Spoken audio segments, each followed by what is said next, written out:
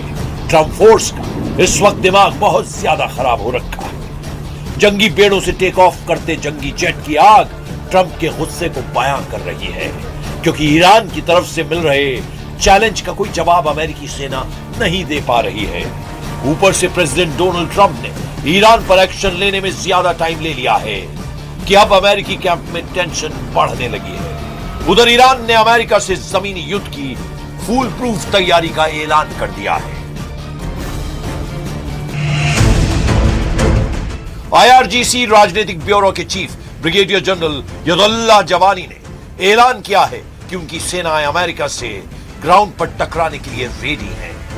IRGC प्रवक्ता हुसैन महब्बी ने America और उसके सहयोगी खाड़ी देशों के बुनियादी ढांचों जैसे एनर्जी नेटवर्क, पावर प्लांट और इंटरनेट से जुड़े सिस्टम को ईरान का अगला टारगेट बताया है। खाड़ी देशों को धमकी देने के साथ ही ईरान ने अपने खेमे में आने का न्योता भी दे दिया है।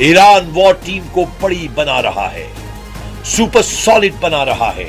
ईरान के लिए फिलहाल विन विन सिचुएशन बनी हुई है, क्योंकि प्रेसिडेंट पुतिन भी अब खाड़ी युद्ध को लेकर सीरियस हो गए हैं। ईरान को अमेरिका से टकराने के लिए जितना गोला बारूद चाहिए उसका इंतजाम पुतिन ने कर दिया है। रूस कैस्पियन सागर के रास्ते ईरान को विस्फोटक, ड्रोन के पार्ट्स और गोला बारूद भेज रहा है।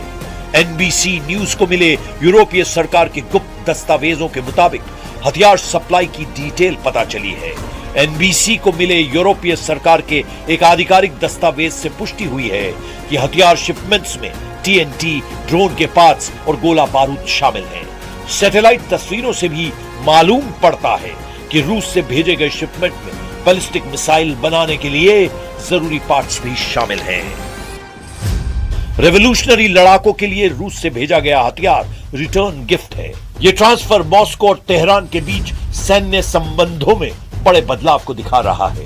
जहां पहले ईरान ने यूक्रेन युद्ध के लिए रूस को शाहिद टाइप के ड्रोन सप्लाई किए थे, वहीं अब रूस ईरान की पावर जस्ट डबल करने जा रहा है। ईरान के पास लड़ाकू ड्रोन का अच्छा खासा भंडार है। अब रूस की मदद से ईरानी मिसाइल के गोदाम भी फुल हो जाएंगे। इसके बाद ईरान को रोक पाना अमेरिका के लिए मुश्किल हो जाएगा। ईरान हथियारों का इंतजाम करने के साथ इमोशनल कार्ड भी आजमाने लगा है। इसका सिग्नल कासिम सुलेमानी की कब्र पर पहुंचे ईरानी संसद के स्पीकर कालिबाफ ने दिया है।